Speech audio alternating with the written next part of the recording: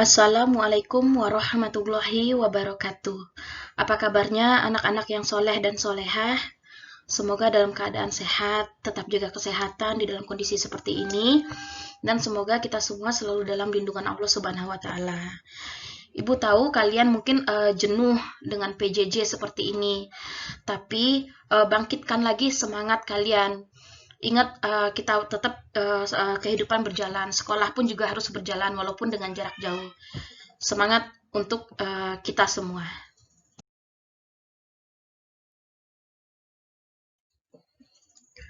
Pelajaran tematik kita kali ini akan membahas tentang kerjasama.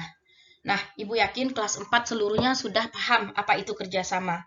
Dari kata-katanya, kalian pasti sudah bisa menafsirkan kerjasama dengan bahasa kalian sendiri. Jadi, kerjasama itu adalah pekerjaan yang dilakukan oleh 2 orang atau lebih. Kerjasama tidak mungkin terjadi cuma karena 1 orang. Jadi, kerjasama itu pasti ada 2 orang, 3 orang, 4 orang, atau lebih banyak. Nah, kerjasama itu dapat terjalin atau dapat terjadi karena apa? Karena 2 orang ini atau 3 orang atau satu dengan yang lainnya itu mempunyai kepentingan atau tujuan yang sama. Contoh, misalnya di masyarakat ingin melakukan gotong royong, membersihkan saluran air. Nah, tujuannya apa nih? Membersihkan saluran air. Dilakukanlah bersama-sama. Itu namanya kerjasama. Jelaskan tujuannya untuk membersihkan saluran air, terus dengan cara kerjasama.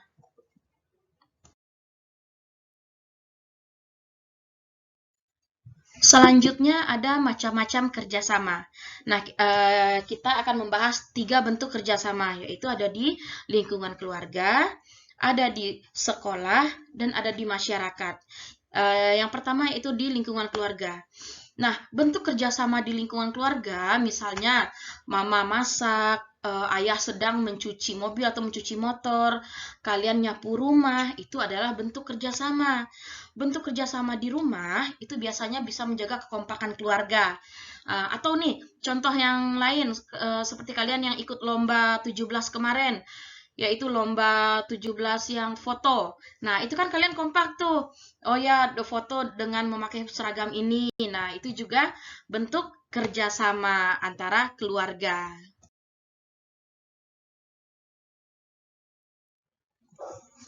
Nah, selanjutnya kerjasama di lingkungan sekolah. Nah, contohnya yaitu ada piket, ada belajar kelompok. Nah, kalian juga pasti dari masing-masing kalian sudah pernah merasakan yang namanya piket, yang namanya belajar kelompok. Nah, saling membantu, kerjasama, tapi bukan saling membantu untuk memberikan jawaban kepada teman.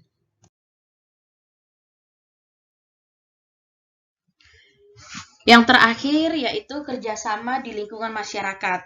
Nah, yang tadi sudah Ibu jelaskan di awal, itu kalian juga bisa lihat gotong royong. Nah, biasanya gotong royong ini dilakukan di lingkungan masyarakat pada hari Minggu.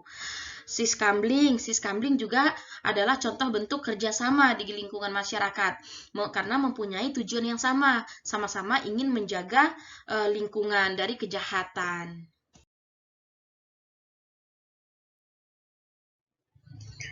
Baik, ya. Yang selanjutnya yaitu ada manfaat kerjasama.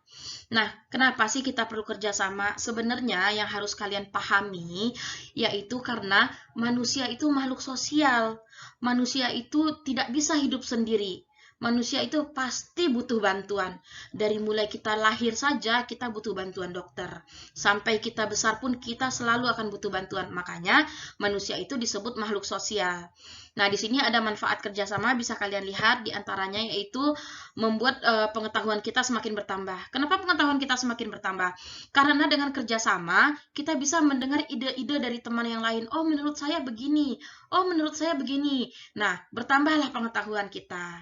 Nah, selanjutnya membangun ide-ide yang baru. Nah, misalnya kalian punya 5 orang teman.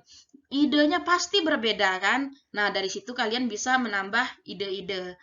Oke, selanjutnya yaitu solusi untuk memecahkan masalah. Nah, kenapa solusi untuk memecahkan masalah? Karena semakin banyak orang, semakin cepat masalah selesai atau semakin banyak masukan. Yang selanjutnya yaitu meningkatnya kemampuan kita dalam berkomunikasi. Nah, ini bagus nih, Nak. Manfaat kerjasama itu meningkatkan kemampuan berkomunikasi karena kita perlu berbicara dengan orang, dengan yang lain. Maksud dan tujuan kita begini, oh ide saya begini, saya maunya begini. Nah, kan jadi kita komunikasikan dengan yang lain.